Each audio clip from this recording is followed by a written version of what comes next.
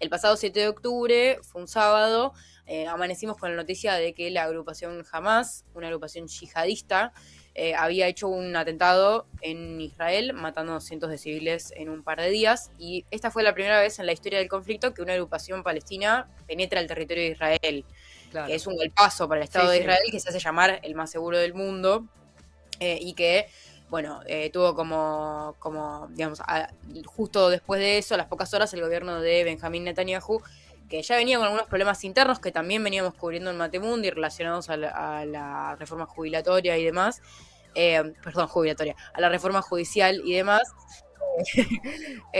bueno, anunció que, volviendo a la seriedad del asunto, anunció que estaban en guerra y que la contraofensiva sería la peor en la historia del conflicto. Esas fueron las palabras de Netanyahu y lo fue.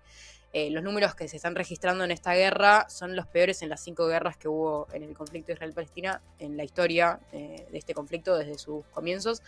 Y los números al día de hoy, digamos, hasta esta semana Sí. estaban en 6.500 bajas palestinas, de las cuales 2.700 de esas bajas son de chicos de menores de edad y 1.400 israelíes muertos, que es el número de israelíes se quedó bastante frenado después de las primeras semanas, mientras que Sí, el de porque ya si empieza a palestinos, transcurrir en Franja de Gaza el combate o los ataques, ya, bueno, Israel entiendo que vuelve a reforzar su seguridad y no está accesible, ¿no? sí, y además de que el sistema de defensa de Israel es Sí. muy superior al sistema de defensa palestino. Ahora hay 218 rehenes tomados por Hamas, de los cuales 21 son argentinos. Y de esos 21, uno es un bebé de 9 meses, lo cual es una situación trágica.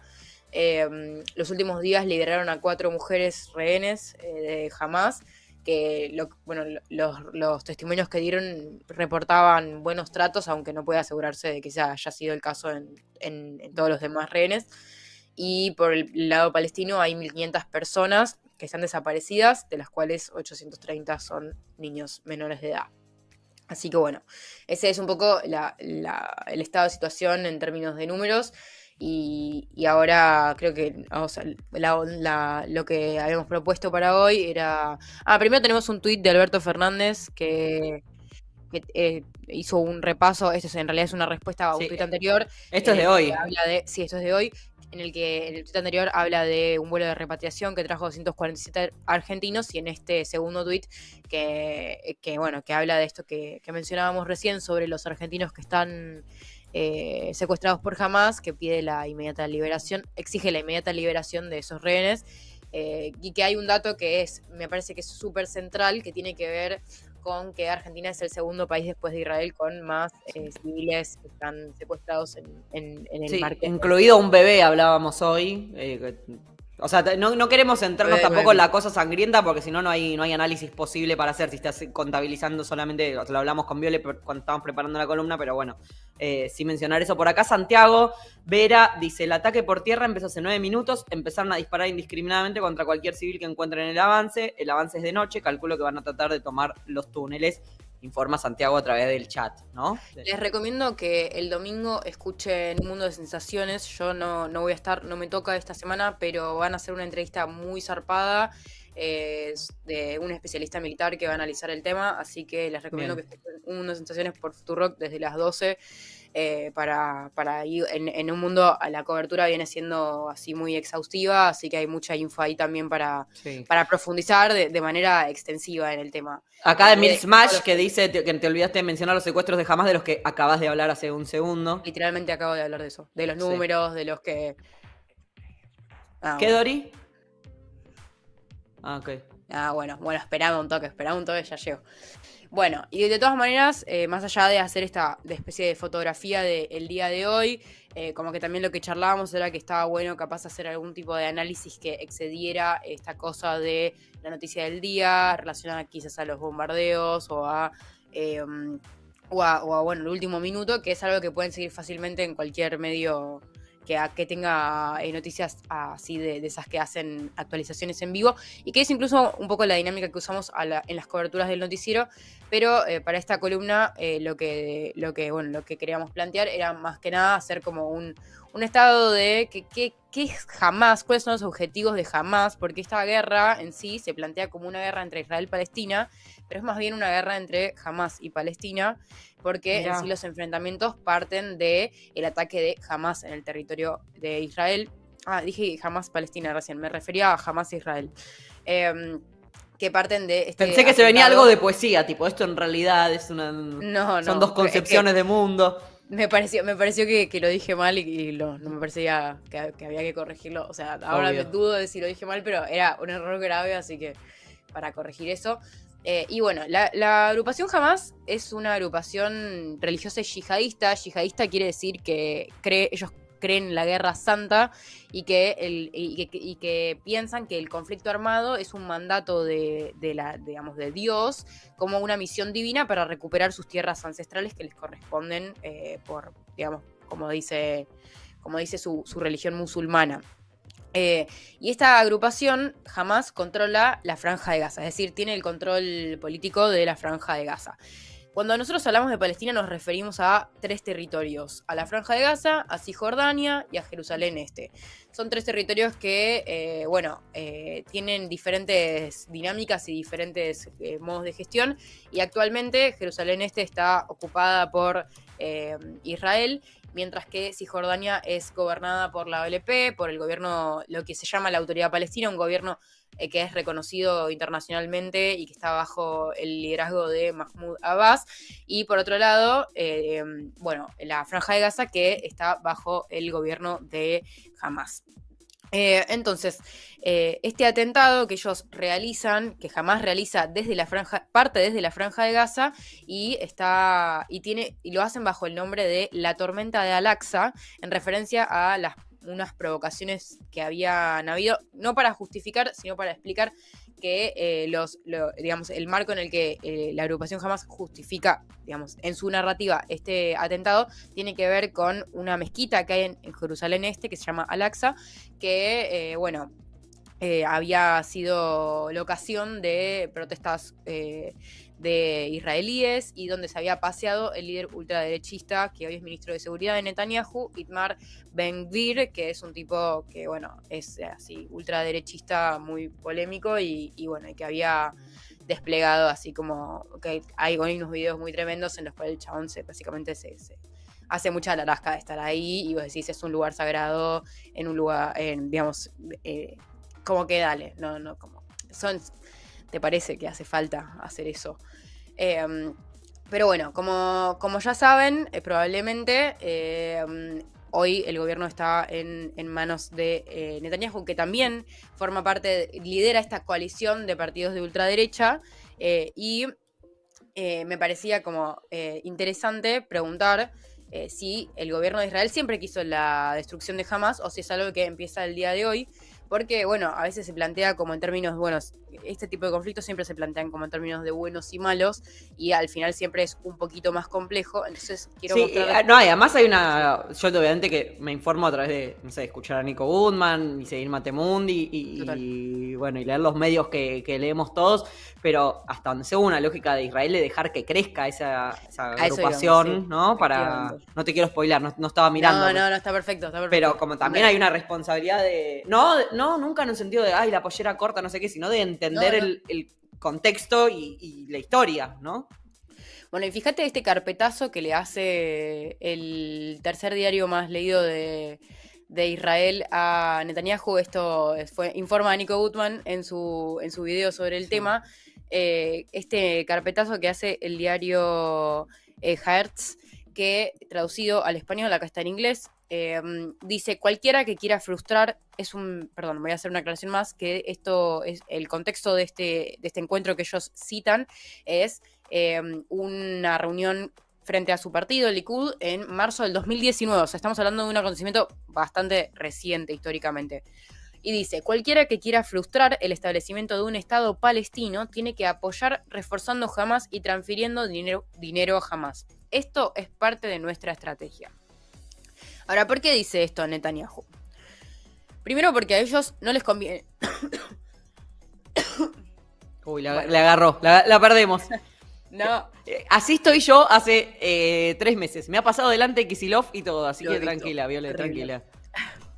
Bueno, Primero porque a ellos, estábamos en, ¿por qué dice esto Netanyahu, no? Primero porque a ellos no les conviene la unión de los palestinos bajo un gobierno diplomático, digamos, bajo un gobierno relativamente establecido, diplomático, ordenado, que aboga la paz en los organismos multilaterales, como es el de la Autoridad Palestina, que se organiza bajo Mahmoud Abbas, sino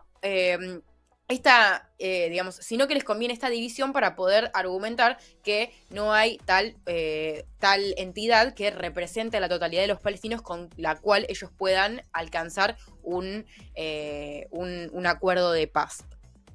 Por otro lado, porque el sistema de seguridad de Israel es bastante extremo, y me refiero concretamente a que tiene encerrada la población palestina en Gaza no solo con el famoso muro de 20 metros, sino también con un sistema de permisos bajo el cual los palestinos que quieren salir literalmente no pueden hacerlo a menos que tengan la autorización del gobierno de Israel o que lo hagan a través de Egipto, que a su vez pide la autorización al gobierno de Israel, con lo cual como mucho pueden ir a trabajar al territorio de Israel, y ahí se terminó la posibilidad de salir de Gaza, que como decíamos antes es uno de los territorios más poblados del mundo y que viven en condiciones de absoluto hacinamiento y que viven a disposición de la garantía del acceso a recursos básicos como la luz y el agua por parte de Israel, que puede cortarlos en este tipo de situaciones, como hemos Como lo hizo en el noticiero, que sucedió y que sucede de manera relativamente cíclica.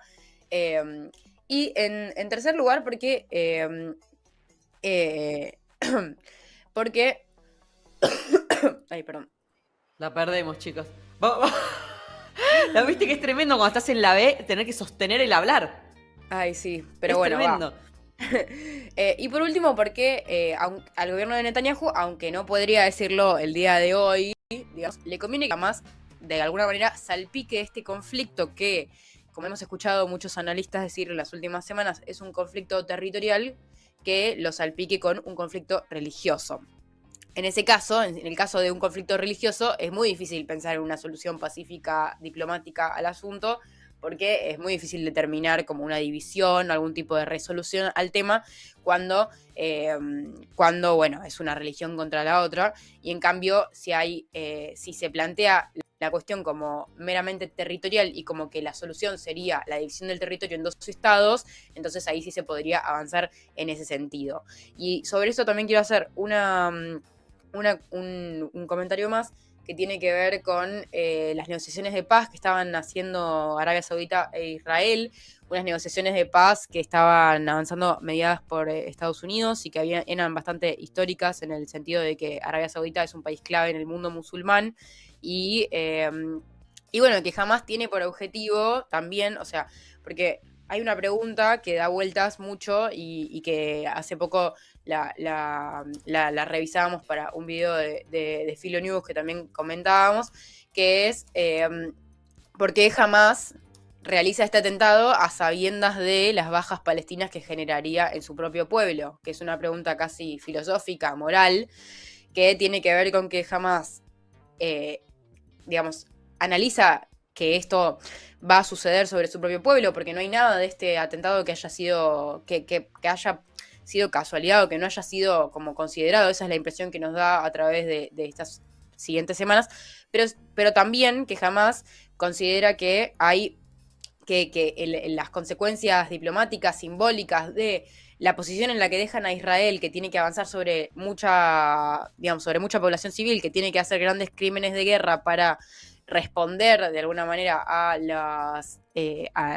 accionar de Hamas, reconfigura el conflicto a un nivel mayor en la escala global, y esto está muy atravesado por este tipo de situaciones, como el acuerdo con Arabia Saudita en el cual estaban avanzando, que al frustrarse, de alguna manera, lo que termina, digamos, en lo que decanta es en que te lo voy a plantear de otra manera porque siento que lo enganché al revés. Vamos a hacer así. Arabia Saudita es un país clave en el mundo musulmán, ¿no? Entonces, un acuerdo de paz con Israel descartaría la recuperación total del territorio de los palestinos. Como que transan y entregan Palestina porque están negociando con... O sea, no pueden recuperar todo Palestina, claro, porque Arabia Saudita dio legitimidad a Israel. Claro. Ahora, ¿qué pasa? La normalización de las relaciones Arabia Saudita-Israel da lugar a una concesión parcial, o sea, a que Arabia Saudita funcione de alguna manera como un país intermedio que permita no una recuperación total del territorio, pero sí una recuperación parcial. O sea, la frustración o sea, perdón, el acuerdo de paz entre Arabia Saudita, o sea, digamos, exactamente, entre Arabia Saudita e Israel, interfiere con los planes de Hamas, pero no interfiere con los planes de la OLP. Entonces, que el acuerdo de paz haya quedado suspendido es un éxito de Hamas, pero un fracaso para la OLP. Entonces, en este sentido también podemos leer que hay una alineación de los objetivos de Hamas con los de la ultraderecha israelí, que tampoco piensa que debería avanzarse en ningún tipo de acuerdo. Por eso tampoco es este estado bueno, este estado malo, si mismo dentro del mismo No estado que es Palestina o dentro de una misma nación, porque estado justamente lo que está en disputa, no existe. Está haciéndose este avance sobre tierra, me cuesta un poco, o sea, esto dice Ámbito de hace un rato, denuncian que Israel cortó las comunicaciones de internet y Franja de Gaza, y hay varias noticias que dicen se reforzó el ataque por tierra, y por acá